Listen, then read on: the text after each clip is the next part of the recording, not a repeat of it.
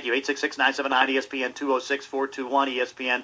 Always at line 1. We go to Commando Dave. Commando, how are you? Hey, what's up, John Clayton, damn it? Well, so far my prediction is looking good. I still say March 15th they'll get a deal. I may be off by a day or two, but I have taken the positive approach because I know enough of the principles. I know enough of the dynamics. I've been through 4 of these. This will be the 5th.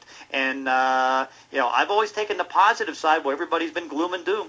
Yeah, no, you're right about that, and I'm back from vacation, tan, rested, and ready to roll up my sleeves. I happened to hear DeGrasse and Cash talking about Kauai one day, and poof, 3 weeks of living the life and looking for Gilligan. Played a lot of croquet in Kauai, John Clayton, and I mean a lot. So, man, let me give a quick shout-out to the Kauai Beach Resort, the Outrigger Resort, Rob's Good Times Grill, and Slave Sportswear, because I say, man, be a slave to your passion, and as you know, one of my passions, John Clayton, is croquet. I didn't know croquet was big on your agenda. Oh, yeah. Remember I tried to get the John Clayton Damn It croquet tournament going one time. Wow. Are you pretty good at it? Are you as good at croquet as you are at as a DB?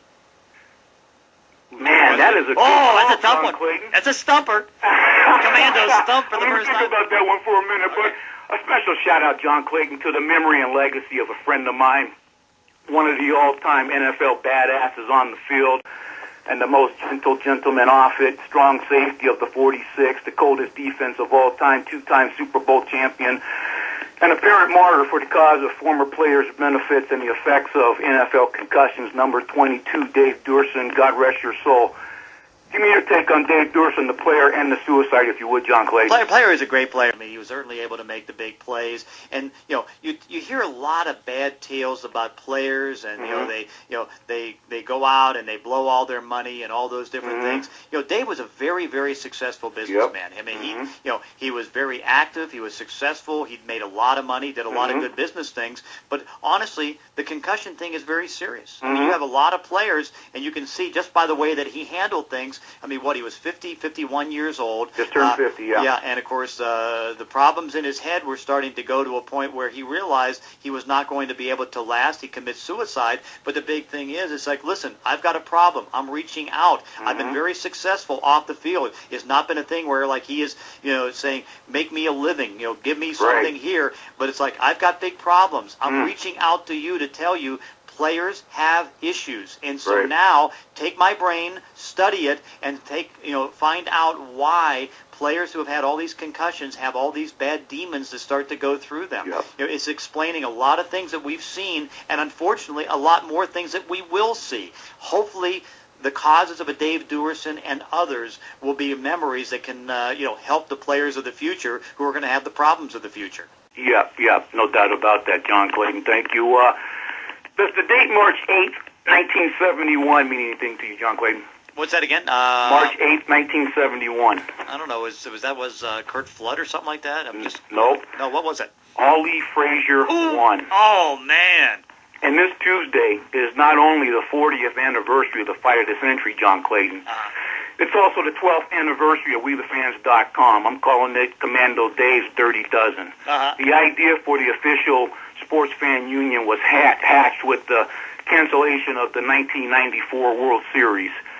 The website was launched in the midst of the NBA lockout of 1999. So how fitting, John Clayton, that the Dirty Dozen of We the Fans is commemorated in the midst of a looming NFL lockout. For 12 30 years as the point man of the fans' revolution.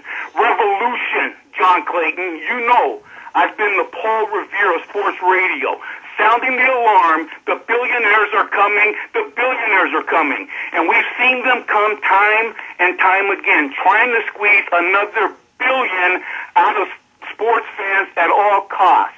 A truncated NBA season, a whole NHL season gone. 41 years of Seattle Sonics tradition washed away in a sea of ridiculously priced coffee. And the Howard Geckos are going to keep coming. So talk about being a slave to my passion, John Clayton. March 8th, 2011 marks a dozen 30 years, thanks to Deep Throat, of keeping the fire burning on sports radio by trying to rally sports fans, not just in Seattle, but nationwide. The archives are there to prove it. In my book, sports is a three-sided equation. Owners, players, fans.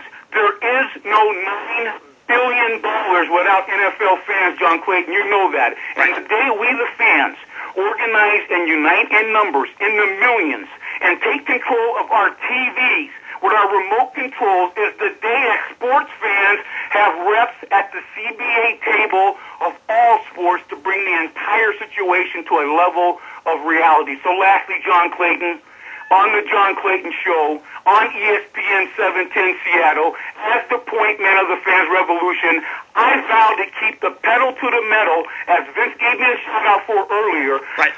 And I got to run here, Dave. Ahead of my time, John Clayton, but now couldn't be more of the right time for sports fans to unite and organize through social networking. Okay, hey, Dave, I got it. David, got to run. David. Mad as hell, and we ain't gonna take it anymore. Okay, that's right. Hey, Dave, thank you. We got to run here. Baseball coming up. The John Clayton Show, 710 ESPN Seattle.